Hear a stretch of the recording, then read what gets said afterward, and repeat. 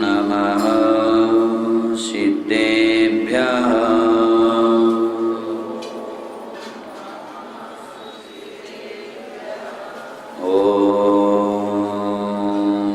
नमः सिद्धेभ्यः।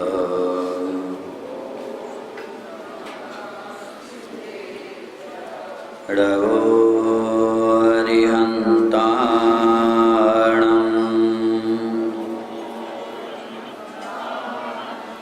ड़वो सिद्धाणम्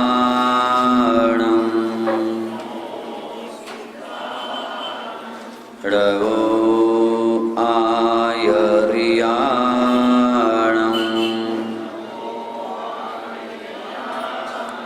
ड़वो वत्सायाणम्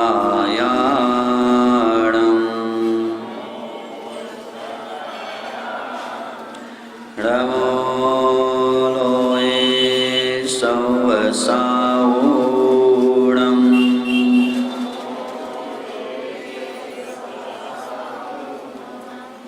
जय बोलो अनंतानंद सिद्ध परमेष्टि भगवान की। जय बोलो उत्तम संयम धर्म की। चरित्र चक्रवर्ती वर्तमाचार्य शांति सागर जी महाराज की। संत शिरोमणि आचार्य गुरुवर विद्यासागर जी महाराज की। गुरु मुनि श्री उत्तम सागर गुरुदेव की।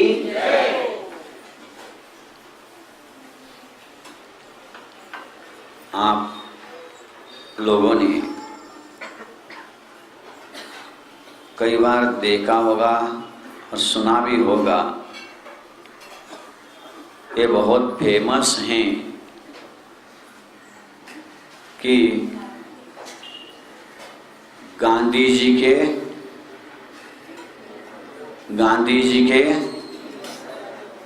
समझ गए, मतलब आप समझ में गए, तुरंत समझ गए कि आगे का आपने बोल दिया। गांधी जी के 3 बंदर थे।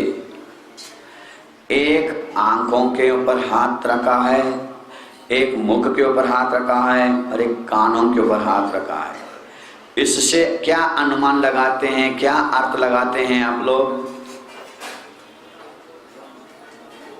बुरा न देखो, बुरा न बोलो, बुरा न सुनो। ये तो ठीक है, लेकिन मैं शिखर जी दर्शन करने के लिए गया था। 2010 में शिखर जी में चातुर्मास हुआ।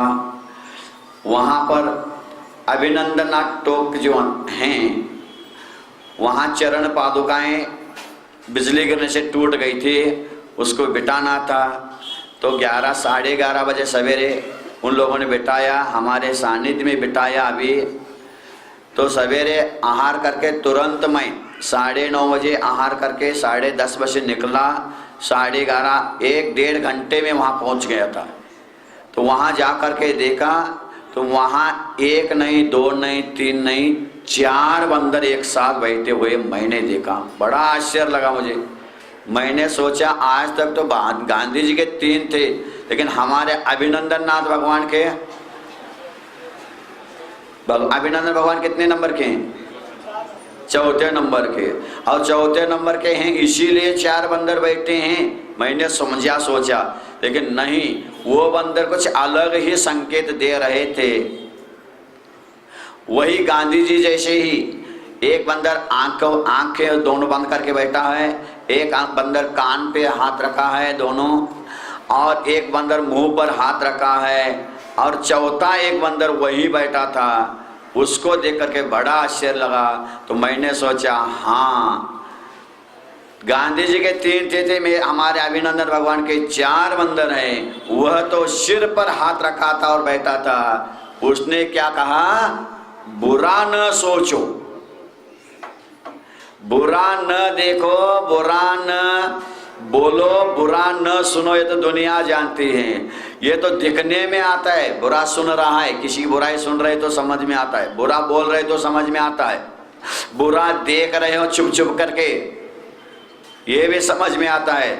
लेकिन अंदर क्या बुराई चल रही है वो किसी को देखने में नहीं आता है। इसीलिए अभिनंदननाथ भगवान का वो बंदर चिन्ह बंदर बता रहा है सिर पे हाथ रख करके, बुरा न सोचो। बुरा भी सोचना नहीं चाहिए, इससे भी बहुत कर्म का बंध होता है। तो आज संयम का दिन है, तो कहां कहां संयम लगाना पड़ता है अपने को। संयम के बिना क्या होता है और संयम के साथ रहने से क्या होता है, तो एक देख लो। मुक्तक लिखा था बहुत पहले हमने, संयम के बिना जीवन खाली खोखा है। संयम के बिना जीवन खाली खोखा है, जैसे बिना ब्रेक के गाड़ी चलाना धोखा है। संयम के बिना जीवन खाली खोखा है, जैसे बिना ब्रेक के गाड़ी चलाना धोखा है। संयम की महिमा मैं कहां तक कहूं बंधुओं, संयम पाने के लिए मनुष्य जीवन ही अनुपम मौका है।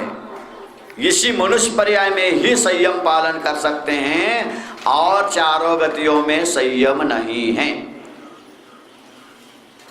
संयमी ही दुनिया में पूज्य होता है, असंयमी कभी भी पूज्य नहीं होता है, चाहे वो तीर्थंकर भी क्यों न हो। न विशिज्यति वत्तधरो जय हो तित्तरो जिन शासने नग्गो ही मोकमग्गो शेक्षा उम्मग्गया होंती। आचार्य कुंद कुंद की वाणी है ये, अष्टपौड़ में बोलते हैं आचार्य कुंद कुंद महाराज। वस्त्रधारी को मोक्ष नहीं है, वस्त्रधारी की पूजा नहीं है, भले वो तीर्थंकर भी क्यों न हो। न विशिज्यति वत्तधरो जय हो तित्तरो जिन शासने, जिनेंद्र भगवान के शासन में तीर्थंकर भी क्यों न हो, अगर असंयमी हैं, जब तक घर में हैं तब तक कोई भी उनकी पूजा अभिषेक नहीं करते हैं, नमस्कार नहीं करते हैं, ध्यान रखना। क्योंकि जिनेंद्र भगवान के शासन में वस्त्रधारी को मोक्ष नहीं है। अब मोक्ष उन्हीं को मिलता है जो संयम को धारण करता है, दीक्षा ले लेता है अथवा प्रतिमा भी ले लेता है, संयम धारण करता है, तभी आत्मा का कल्याण होता है, अन्यथा नहीं। संयम जीवन में अत्यंत आवश्यक है। देखो, सम्यक दर्शन, सम्यक ज्ञान, सम्यक चारित्र, ये तीनों मोक्ष के लिए कारणभूत हैं। सभी ग्रंथों में सभी आचार्यों ने लिखा है, किंतु सम्यक दर्शन सम्यक ज्ञान होने से इस जीव की दुर्गति से बचाने वाला कोई नहीं है। सम्यक दर्शन सम्यक ज्ञान जीव को दुर्गति से बचा नहीं सकते हैं। सम्यक दर्शन प्राप्त होने के बाद भी, सम्यक ज्ञान होने के बाद भी, तीर्थंकर प्रकृति का बंध होने के बाद भी जीव नरकादि दुर्गति में जाता है। ध्यान रखना, गया है क्या नहीं। राजा श्रीनिक हैं, सम्यक दर्शन प्राप्त कर लिया, तीर्थंकर प्रकृति का बंध कर लिया, फिर भी नरक गया। क्या किया वो सम्यक दर्शन ने? सम्यक दर्शन जीव को दुर्गति से बचा नहीं सकता है। सम्यक ज्ञानी जो अपने आप को सम्यक ज्ञानी समझते हैं, वो भी समझ ले, सम्यक ज्ञान भी जीव को दुर्गति से बचा नहीं सकता है। ये तीन डिपार्टमेंट अलग है जी। जैसे बैंक में 3 डिपार्टमेंट होते हैं, उसी प्रकार मोक्ष मार्ग में भी 3 डिपार्टमेंट है। ये सम्यक दर्शन मैनेजर हैं बैंक का, सम्यक ज्ञान चपरासी है, इधर का उधर फाइल करने वाला, और सम्यक चारित्र कैशियर हैं।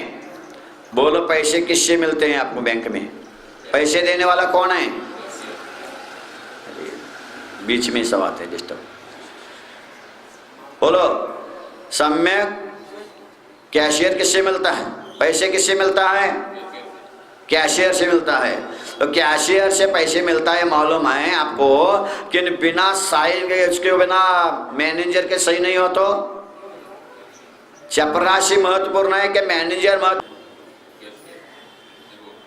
कोई भी आपको बैंक से लोन लेना है तो सबसे पहले अपने को कैशियर मैनेजर का सिग्नेचर चाहिए।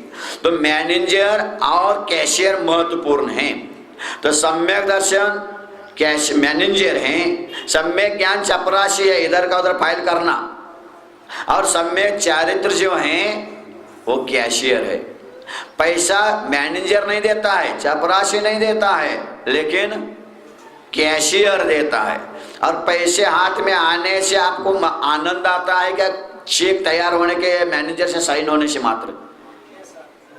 मैनेजर का साइन हो गया, मैनेजर ने दे दिया चेक, आपको जो लोन लेना दे दिया, लेकिन कैशियर के पास पैसे नहीं, तो भैया अभी तो पैसा आज तो कोई जमा नहीं किया है, पैसे नहीं, कल आ जाना, नहीं तो समय हो गया, अब कल आ जाना। अब क्या करोगे? क्या करोगे? उसी प्रकार सम्यक दर्शन महत्वपूर्ण है ही। बिना सम्यक दर्शन के चारित्र भी कोई काम का नहीं है। किंतु सम्यक दर्शन के बाद और सम्यक ज्ञान अपने आप हो जाता है। सम्यक दर्शन सम्यक ज्ञान ये दोनों होने के बाद भी जीव दुर्गति से बचे, एक कोई नियम नहीं है। जीव को दुर्गति से बचना है तो नियम से चारित्र के संयम के शरण में आना ही पड़ेगा किसी भी हालत में। भले वो लघु संयम हो या महान संयम हो, अनुव्रत हो या महाव्रत हो, आपको संयम के कोटि में आना पड़ेगा। संयम रूपी कैशियर के पास आओगे, संयम रूपी कैशियर के पास आओगे तभी मोक्ष रूपी आपको कैश मिलेगा, तब आपको आनंद मिलेगा। ये नियम है। इसीलिए संयम जीवन में अत्यंत आवश्यक है। मात्र सम्यक दर्शन सम्यक ज्ञान, सम्यक दर्शन सम्यक ज्ञान करने से भी कुछ नहीं होता है। सम्यक चारित्र संयम भी जीवन में इतना आवश्यक है। अगर द्रव्य संयम भी हो, सुनो जी संयम की महिमा कितनी है, संयम की महिमा कितनी है। एक अभव्य है, अभव्य जीव मुनि बन जाता है। अभव्य कभी सम्यक दृष्टि नहीं होता है, अभव्य हमेशा मिथ्या दृष्टि रहता है। तो अभव्य सम्यक दर्शन सम्यक ज्ञान प्राप्त नहीं कर सकता है, किंतु चारित्र प्राप्त कर सकता है, संयम को प्राप्त कर सकता है। यह आश्चर्य की बात। और एक अभव्य मुनि बनता है, आचार्य भी बन जाता है, बन सकता है, उपाध्याय भी बन सकता है, और आचार्य बन करके कई जीवों को दीक्षा दे देता है। अभव्य जीव निर्दोष संयम पालन करता है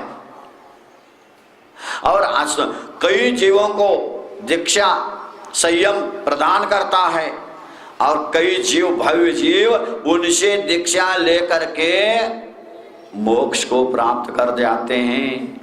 और एक अभव्य मुनि महाराज आचार्य अभव्य होने के कारण संसार में रह जाते हैं, किंतु एक संयम मुनि पद लेने के कारण वो भी 90 ग्रह तक जाते हैं।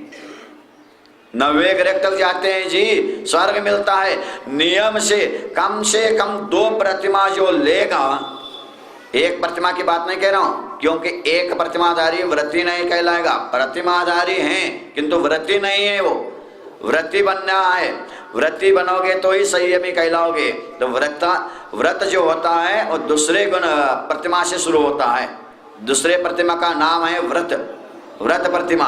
तो 2 प्रतिमा तो कम से कम आपको लेना पड़ेगा। 2 प्रतिमा लोगे तो नियम से स्वर्ग का रिजर्वेशन कंफर्म टिकट हो जाता है। और अगर सम्यक दर्शन सम्यक ज्ञान ही मार्ग प्राप्त करके रहोगे तो सदगति का कंफर्म टिकट नहीं। टिकट तो है आपके पास लेकिन कंफर्म नहीं। जगह खाली हो जाए तो बैठने मिलेगा, नहीं तो जहां लोग बैठते हैं नीचे चप्पल उतारते हैं वहीं बैठ के जाओ, जगह नहीं मिलेगी, कंफर्म नहीं है। इसलिए सम्यक दर्शन सम्यक ज्ञान प्राप्त होने के बाद भी सम्यक चारित्र को भी प्राप्त करना उतना ही आवश्यक है। तभी उसके बिना स्वर्ग और मोक्ष नहीं मिल सकता है। हाँ, ये बात अलग है। संयम धारण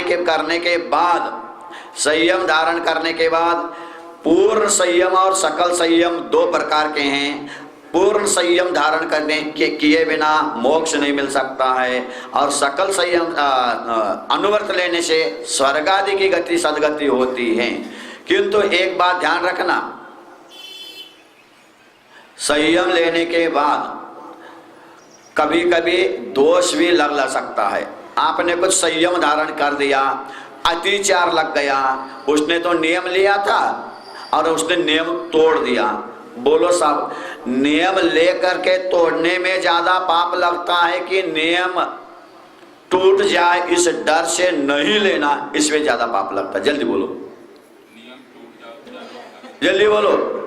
नियम लेकर के तोड़ने वाले को ज्यादा पाप लगता है क्या? नियम टूट जाए भैया, क्या होगा? नियम ले लिया और टूट जाए तो, इसीलिए नियम ही नहीं ना, डर से उसको ज्यादा पाप लगता है। जल्दी बोलो। आपको जो पढ़ाया है वही आप लोग नियम से बोलोगे, नियम लेकर के तोड़ने वाला ज्यादा, ये नियम है, आपको यही पढ़ाया है, यही सीखा है आप लोगों ने, सही है ना? नियम लेकर के तोड़ने वाले को ज्यादा पाप लगता है, यही है ना? बहुत अच्छी बात है।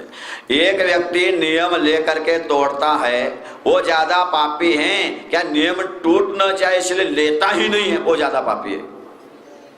दोबारा तिबारा पूछ लिया मैंने, बोलो।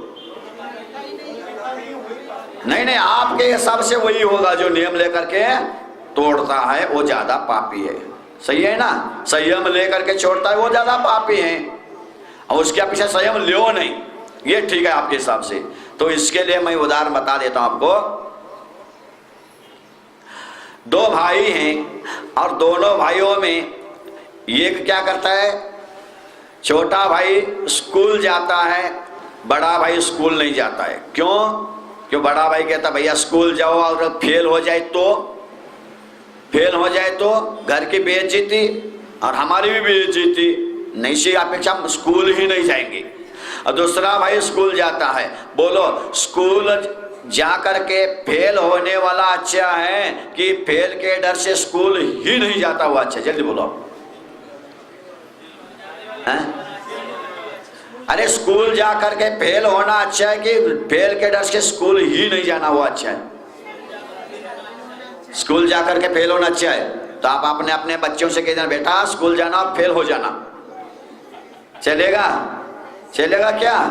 नहीं चलेगा। अरे कोई भी स्कूल जाता है फेल होने के लिए नहीं जाता है, फेल होने के लिए नहीं जाता है। कोई भी दुनिया में ऐसा व्यक्ति नहीं है जो स्कूल जाता है। क्यों जाते हैं? मैं मुझे फेल होना है, इसलिए फेल होने के लिए कोई जाता है क्या? हर कोई जाता है स्कूल। बच्चा जो जाता है, विद्यार्थी स्कूल जाते तो पास होने के उद्देश्य ही जाता है। अब बोलो दुनिया में ऐसा कोई कॉलेज, स्कूल, कोई भी एक भी बता दो जिस कॉलेज और स्कूल में सारे बच्चे पास होते हैं, एक भी फेल नहीं होता है? ऐसा कोई है कोई? दुनिया में जितने लोग सुशिक्षित हैं, सभी के सभी पास नहीं है, फेल होकर के ही पास हुए। फेल ही है, पास नहीं है। ध्यान रखना। एक लड़का 95% में पास हो जाता है, गोल्ड मेडल मिलकर एकदम, कॉलेज में नहीं पूरे भारत में 1 नंबर कहा जाता है। इतना नंबर 98% ले लो, इतना परसेंटेज लेके आता है वो। और घर में पूरे लोगों ने उनका स्वागत किया, राष्ट्रपति ने स्वागत किया, इतना नंबर किसी ने नहीं निकला था।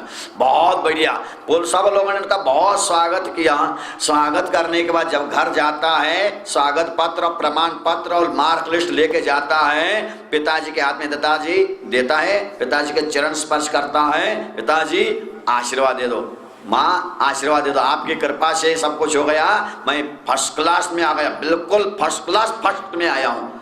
पिताजी मार्क लिस्ट लेते हैं और देखते, वाह, देख लिया, और एक झापड़ मारा गाल पर बच्चे को, मूर्ख कहीं का, फेल हो गया और पास कहता है। पिताजी आपके दिमाग खराब है क्या? आंखें खराब है? देखो तो भारत में पहला नंबर आया मेरा और आप फेल कह रहे हो? हाँ मैं फेल कह रहा हूँ। अरे फेल कहाँ है? देखो तो मार्क लिस्ट तो देखो। हिंदी आती कि नहीं आपको? इंग्लिश आती कि नहीं? हाँ आती, मैं भी पढ़ा लिखा हूँ। पिताजी कहते हैं फिर पढ़ो तो देखो तो। देख तो लिया मैंने, एक गाल में मारा था, दूसरे गाल में और एक दे दिया, फेल हो गया और मुझे दिखाने आया हूं पास हो गया हूं। पिताजी ऐसे कैसे बोल रहे हैं? मार्क्स कितने रखा था? कितने मार्क, एक पेपर कितने मार्क्स का होता है? 100 का। अब तुम्हें मिले हैं कितने? 98। 2 कहां गए? 2 नंबर गए कहां? 2 नंबर में फेल हो क्या नहीं तुम? तब बेटा कान पकड़ता, सॉरी पिताजी, बात तो सही है, मिला है उसको देख रहे, जो कम है उसको तो देखा नहीं आपने, कम को भी देखो। जब मास्टर ने लिखा, कहा है प्रश्न पत्रिका में लिखा है 100 नंबर हैं, आपको 100 नंबर दिया जाएगा, तो 100 नंबर क्यों नहीं लिया? तो 2 नंबर क्यों छूट गए? सुनते हैं, स्वामी विवेकानंद पढ़ते थे, वो समय एक प्रश्न पत्रिका उनके हाथ में आ गई और लिखा था वहां पे 10 प्रश्न लिखे थे, 10 प्रश्न वहां पे थे और वो नीचे नोट निकाला, लिखा था कि 10 में से कोई भी 5 प्रश्नों का उत्तर लिख दीजिए। तो इतने होशियार थे स्वामी विवेकानंद, 10 के 10 का उत्तर लिख लिया और नीचे लिखा, टीचर जी, मास्टर जी, कोई भी 5 जांच लीजिए। कितने इंटेलिजेंट लिखो, कहते मुझे चुनौती देते, आप जांच कर लो जो चाहिए तो तुम्हें आज 10 के 10 मैं लिखूंगा। उतने ही समय में 10 का 10 लिख लिया उसने। तो 100/100 नंबर आज तक किसी को नहीं मिला, और मिला तो गणित में मिल सकता है, लैंग्वेज भाषा में नहीं मिला आज तक। किसी को मिला है क्या? इंग्लिश में अथवा हिंदी में, मराठी में, कन्नड़ में मिला है? नहीं, 100/100 तो मिल ही नहीं सकते, मिलते ही नहीं, आज तक कोई नहीं हुआ। तो 1 नंबर में भी कम हो जाना फेल है क्या? नहीं बोलो, फेल है ना, फेल है ना, बस। तो नियम व्रत लेने के बाद निर्दोष पालन हो ही नहीं सकता, कुछ ना कुछ दोष लगेगा ही लगेगा, लगेगा। अरे तीर्थंकर का भी मैं सिद्ध करके दिखा देता हूं।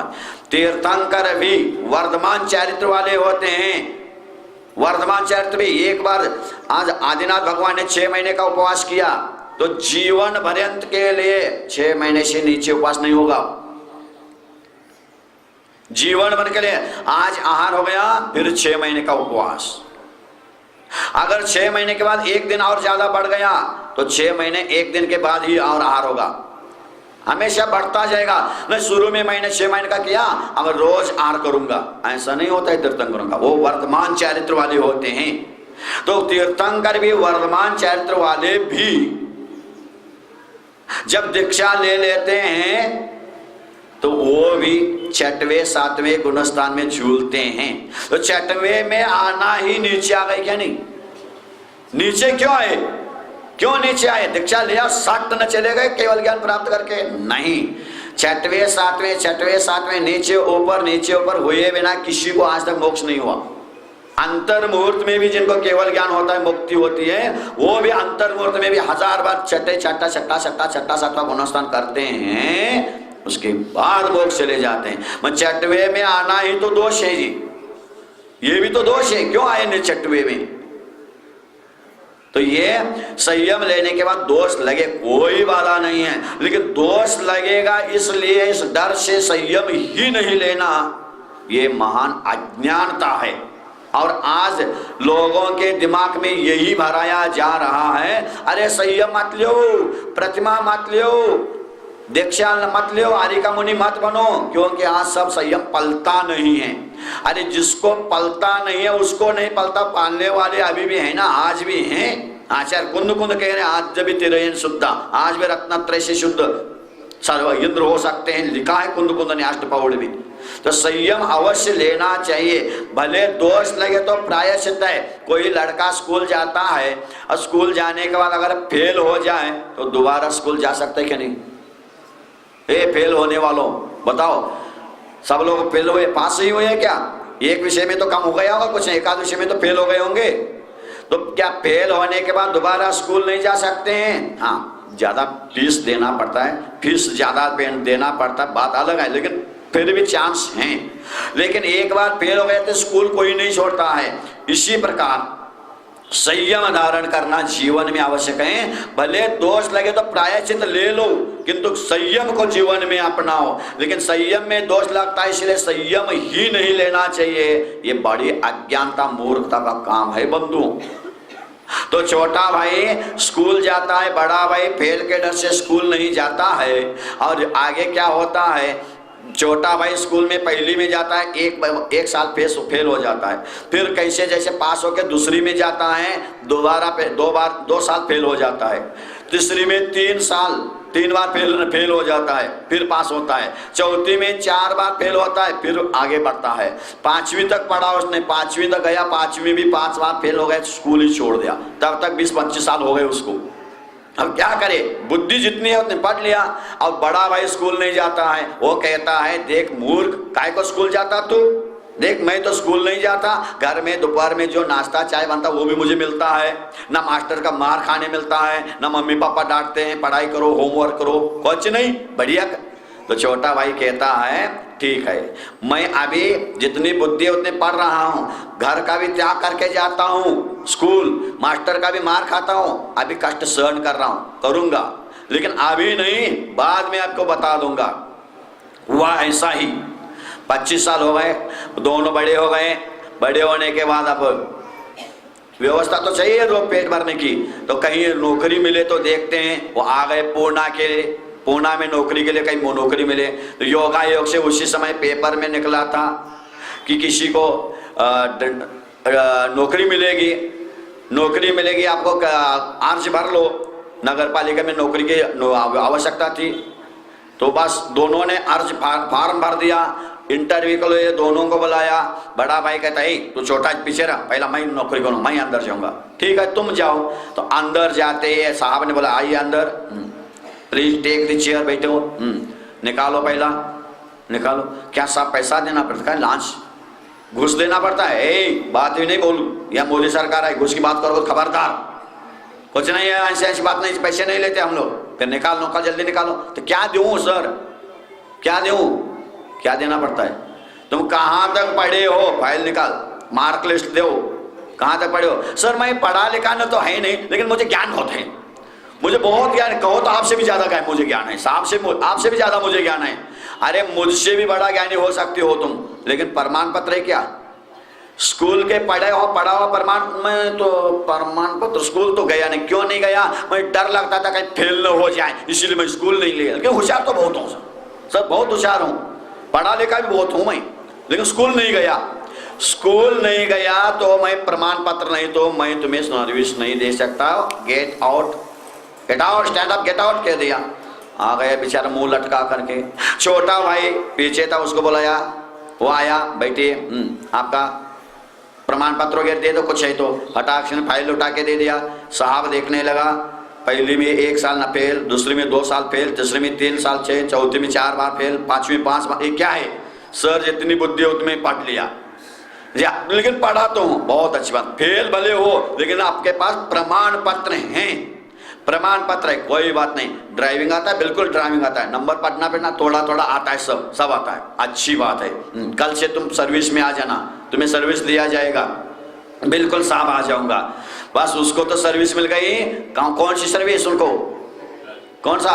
कलेक्टर के गाड़ी पर ड्राइवर बनना है, कलेक्टर के गाड़ी पर। बस छोटे भाई को मिल गया। वो सब बहुत पुरानी बात है, उस समय तो 5वीं 6वीं पढ़े तो भी सर्विस मिल जाता था।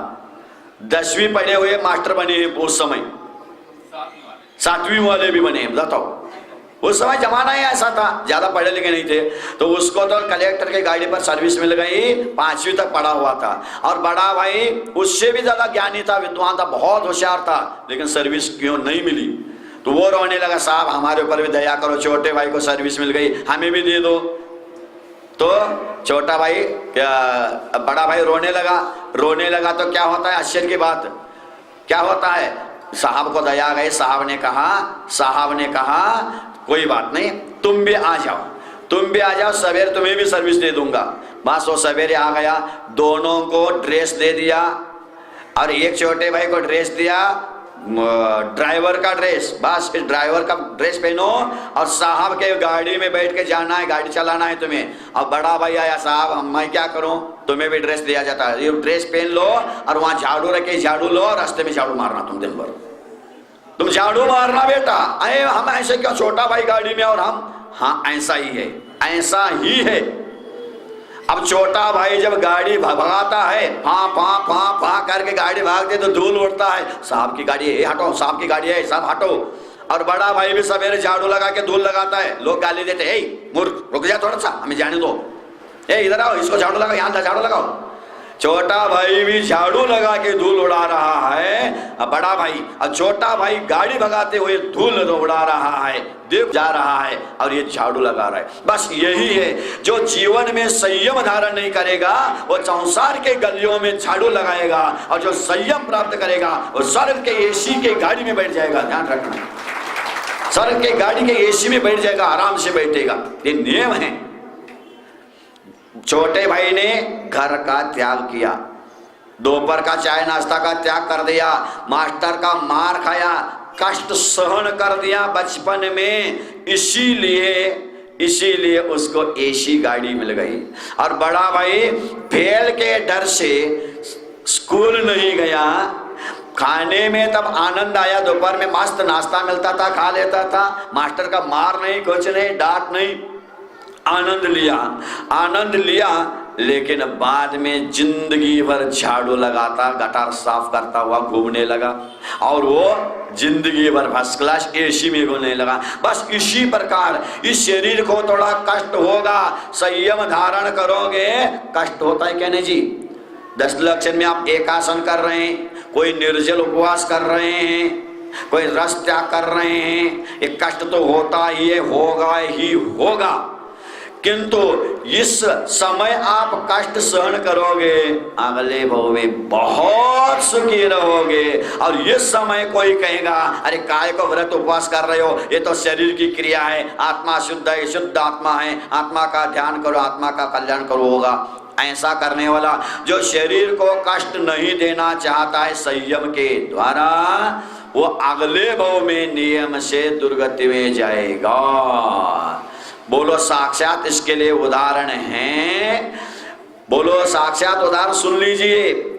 रावण और राम जिंदगी भर दुखी रहे, राम वनवास में गए, वन भटके, बहुत कष्ट सहन किया राम ने, इस शरीर को बहुत कष्ट हुआ, राम के शरीर को कष्ट हुआ, राम अपने शरीर को कष्ट दिया, कष्ट सहन कर लिया, इसीलिए आजीवन नहीं अनंत काल तक आराम मिल गया राम को, और राम परमाराम बन गया, भगवान राम बन गए। राम शरीर को कष्ट कर देने से, संयम से काम लेने से, और रावण असंयम का आश्रय लिया, असंयम के साथ रहा, जिंदगी भर सुखी रहा रावण सोने की लंका, जो चाहे जितना खाओ, रानियां भी हैं, महल भी है सोने का, खाने पीने में कोई कमी नहीं, जिंदगी भर इस शरीर को सुख दिया रावण ने, असंयम के साथ जिया रावण ने, और लास्ट में मरने के बाद कहाँ गया रावण, बोलो जी। जिंदगी भर सुखी रहा रावण, मरने के बाद गया नरक, और जिंदगी भर दुख सहन किया राम, और बन गए लास्ट में मिल गया उनको आराम। बोलो आप क्या करना चाहते हैं जल्दी? आप राम के भक्त के रावण के भक्त हो? सच सच बोलना, झूठ नहीं बोलना, झूठ बोले कौवा काटे, जल्दी बोलो।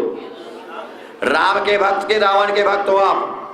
अगर राम के भक्त हो, सच्चे राम के भक्त हो, तो जीवन में कभी कष्ट से डरना नहीं, संयम से डरना नहीं। शांति सागर महाराज ने अंतिम उपदेश में यही कहा है, भ्यू नका बाबानो, भ्यू नका संयम धारण करा। मराठी में उपदेश दिया है महाराज ने। भ्यू नका का अर्थ होता है डरो नहीं, संयम को धारण करो। संयम के बिना 7वां गुणस्थान नहीं है, और 7वें गुणस्थान के बिना आत्मानुभूति नहीं है। यह आचार्य शांति सागर महाराज के अंतिम उपदेश में दिव्य ध्वनि है, ये ध्यान रखना। 7वें गुणस्थान संयम के साथ होता है, 7वें गुणस्थान में ही आत्मानुभूति होती है, कपड़े में आत्मानुभूति नहीं है। तो आत्मा का आनंद लेना चाहते हो तो जीवन में संयम अपना लो। कितना संयम तुम पालोगे तो उतना ही आनंद आएगा। और संयम कोई विशेष बात नहीं है जी, मात्र विवेक के साथ जो क्रिया कर रही वो क्रियाएं विवेक के साथ करना, बस विवेक के साथ क्रिया। जो क्रिया आप कर रहे हैं नहीं, हमसे भी ज्यादा, मुनियों से भी ज्यादा आप लोग संयमी हैं जी, है क्या? नहीं बोलो, नहीं है? है, बिल्कुल है, बिल्कुल है। देखो जी, अभी हम लोग जिंदगी भर का एक आसन तो करते हैं, कभी कभी एक उपास, दो उपास, चार उपास कर लेते हैं, लेकिन मुनियों से भी ज्यादा हमारे श्रावक का 5-5, 6-6 उपवास वाले बैठे हैं। मैं तो भैया अष्टमी चतुर्दशी करता हूँ, बीच में एक कर लेता हूँ, इतना 3-3, 4-4 उपवास तो नहीं करता हूँ। लेकिन आप लोग देखो, कोई एक आहार, एक उपवास, कोई 3-3, 4-4 उपवास, यहाँ तक कि मैंने सुना, क्या कान से सुना, उसी के मुख से। एक बार बोरगांव में हमारा चातुर्मास हो रहा था, वहां एक श्रावक था, चातुर्मास का अध्यक्ष ही था वो। हाँ, उसने चातुर्मास में भी रात में खाता था, 10 लक्षण में भी रात में खाया, तंबाकू भी खाने रहा। मैंने इतना तो छोड़ो, उपवास वगैरह करो, उपवास नहीं तो एकासन तो करो, रात में तो छोड़ो महाराज। क्या करे, हमारा उद्योग ही धंधा ऐसा है, दिन भर आप सब्जियां इकट्ठे करते हैं और रात में ले जाकर कोल्हापुर में रात में गाड़ी लेके जाना पड़ता है, वहां बेचना पड़ता है, ऐसा उद्योग है। मैंने कहा तो 10 लाख महीने तो करो, नहीं होता है महाराज, नहीं होता है। फिर उन्हीं की मुख से मैंने सुना, महाराज ऐसा तो नहीं हुआ, लेकिन ऐसा हो गया था एक बार। क्या हो गया था? मैं कह रहा हूँ रात्रि भोजन त्याग करो, नहीं कर रहा है। और एक बार पत्नी के साथ लड़ाई झगड़ा हो गई, भयंकर जमकर लड़ाई झगड़ा पत्नी के साथ हुई, और आकर के बिस्तर पर बैठ गया, 7 दिन तक निर्जल उपवास कर दिया उसने। लड़ाई में 7 दिन उपवास कर सकता है, लेकिन धर्म समझ करके 10 दिन एकासन नहीं कर सकता है। देखो जी, ये देखो असह्य होता है क्या नहीं? ऐसा होता है क्या नहीं आपके यहाँ? हम कर रहे हैं भाई रात्रि भोजन त्याग करो, नहीं होगा, एकासन करो, नहीं होगा। और आप घर में जाने के बाद देखो पति पत्नी की लड़ाई हो जाए ना, बस गुस्सा में तो हर कोई संयमी बन जाता है। होता क्या नहीं? सही बोलना। गुस्सा में तो त्याग तपस्या बहुत अच्छी तरह से हो जाती हैं। कर्म के वश हो करके कई बार संयम पालन किया है, कई बार त्याग कर दिया है कर्म के कारण, लेकिन आप धर्म समझ करके आज तक नहीं किया आप लोगों ने, इसीलिए तो संसार में भटक रहे हो। अभी देखो, हमने कहा तो भैया 1 घंटा रोज ऐसा पढ़ना, बिल्कुल। अब 10 लक्षण है, 10 लक्षण में 1 घंटा रोज सामायिक करना है। महाराज जी आप कह तो रहे हैं, लेकिन हमसे बनता नहीं है, क्योंकि कमर में बहुत दर्द होता है, घुटने में बहुत दर्द होता है महाराज, बैठ नहीं सकते, हम कुर्सी पर बैठ करके प्रवचन सुनना पड़ता है। क्या करें महाराज, बिल्कुल भी पैर ऊपर बैठ के बैठना बिल्कुल भी हिम्मत नहीं महाराज। हम कहीं से संयम पालन करें, हम तो मुनियारी का बनना भी चाहते हैं, लेकिन शरीर साथ नहीं देता है महाराज। हम बैठ नहीं पाते, पालती मार करके भगवान जैसे बिल्कुल भी बैठ नहीं पाते महाराज। हम क्या करें? ठीक है, नहीं बैठ सकते, बिल्कुल भी नहीं। तो हमारे गुरुदेव के पास भी ऐसा ही भक्त आया था, महाराज हम चाहते तो बहुत कुछ हैं, लेकिन कर नहीं पाते हैं, संयम पालन कर नहीं पा रहे, शरीर साथ नहीं दे रहा है। अच्छा क्या है? क्या बताओ महाराज?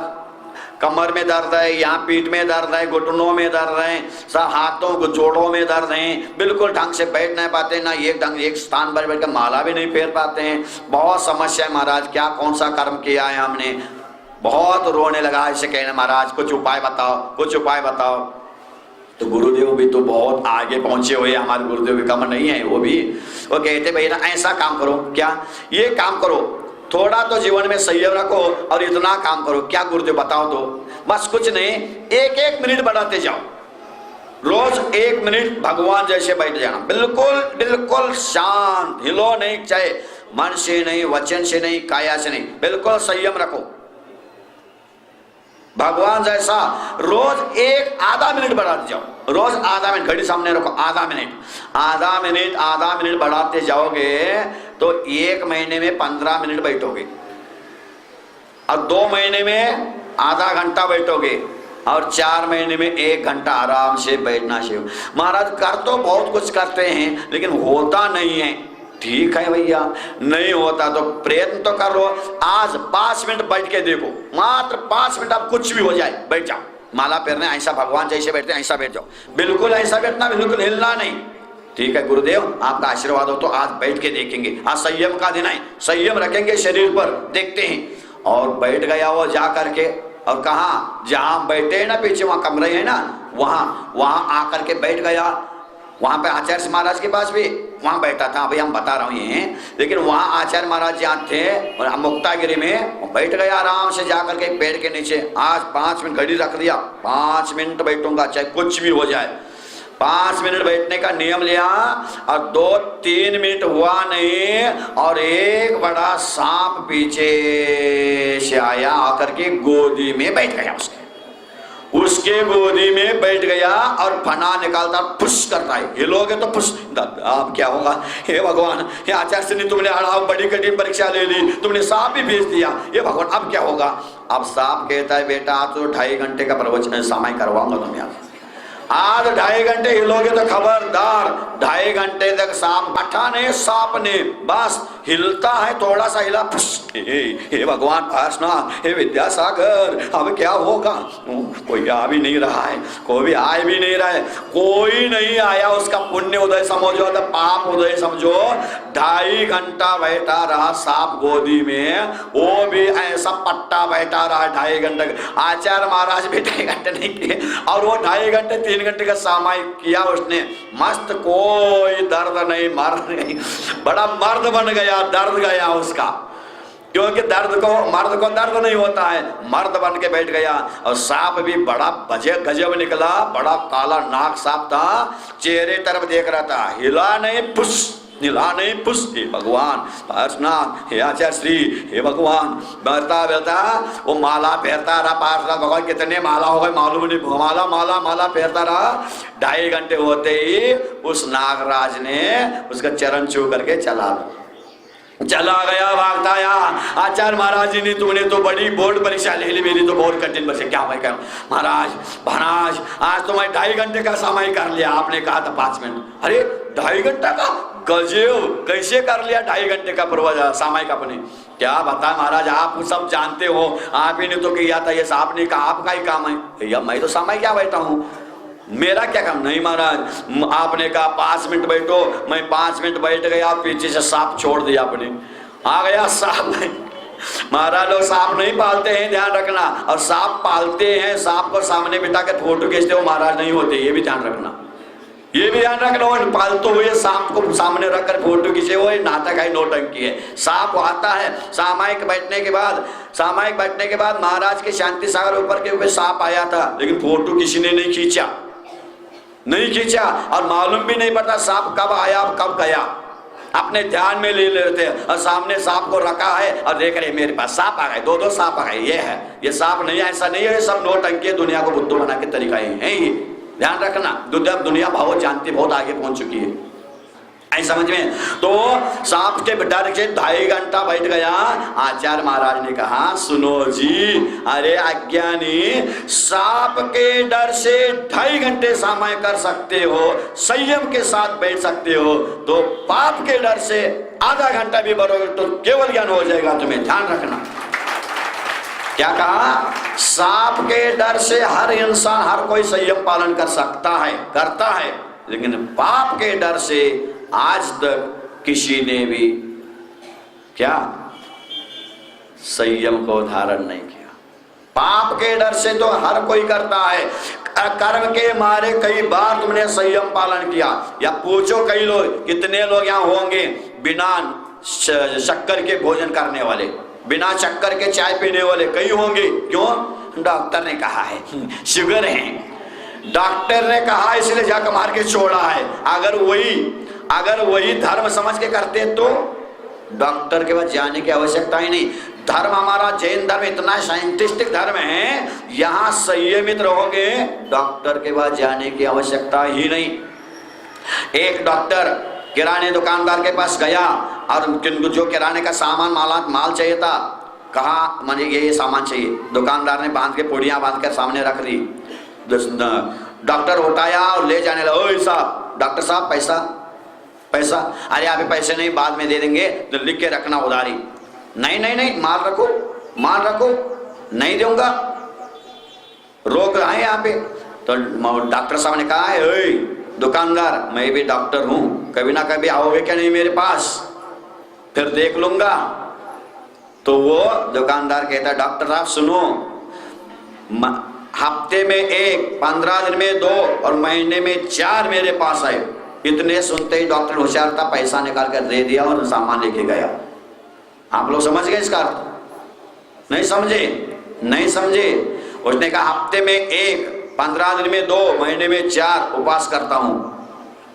जो हफ्ते में 1 उपवास करेगा ही करेगा, वो क्या बीमार पड़ेगा, उसको क्या शुगर होगा, उसको क्या डायबिटीज होगा, और उसको क्या कोई बीमारी होगी? कोई कुछ नहीं हो सकता है, क्योंकि संयम रखा है। और इसके ऊपर सबसे बड़ा संयम जीव के ऊपर होता है, मुख के ऊपर सबसे बड़ा संयम होता है। ये संयमित हो गया ना, सब बढ़िया, सब बढ़िया, बहुत बढ़िया होता है।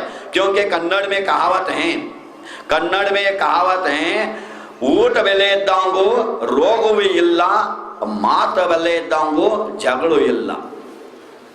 जिसको खाने के ऊपर कंट्रोल है उसके पास कभी रोग नहीं हो सकता है, आ नहीं सकता रोग। और जिसको बोलने का कंट्रोल है उसके पास झगड़ाएं नहीं हो सकते। और खाना और बोलना किससे होता है? एक मुख से ही होता है। और यहाँ कंट्रोल हो गया, यहाँ संयम आ गया ना, बस सब बढ़िया हो जाएगा।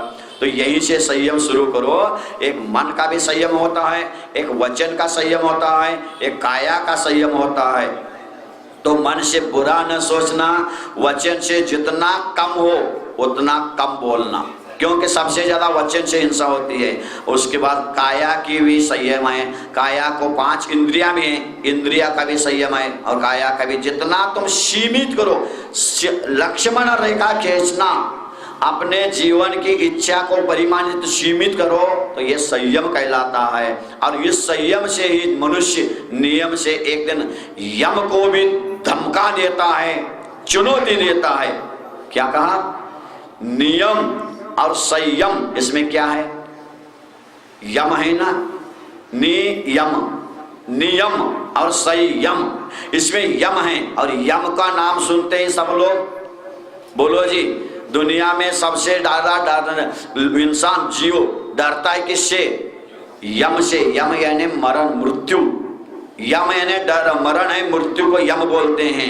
तो यम को भी डराने वाला, यम को भी धमकाने वाला कोई होता है तो वो संयमी होता है। जिसके पास संयम है, जिसके पास यम है, नियम है, वो उसके पास यम भी जल्दी नहीं आता है, डरता है। भैया ये तो बड़ा आदमी है, भैया ये तो त्याग तपस्वी है, त्याग तपस्वी है, त्यागी है, तपस्वी है, क्या कर रहा है, किया है। इसीलिए यम भी पास आने के लिए डरता है।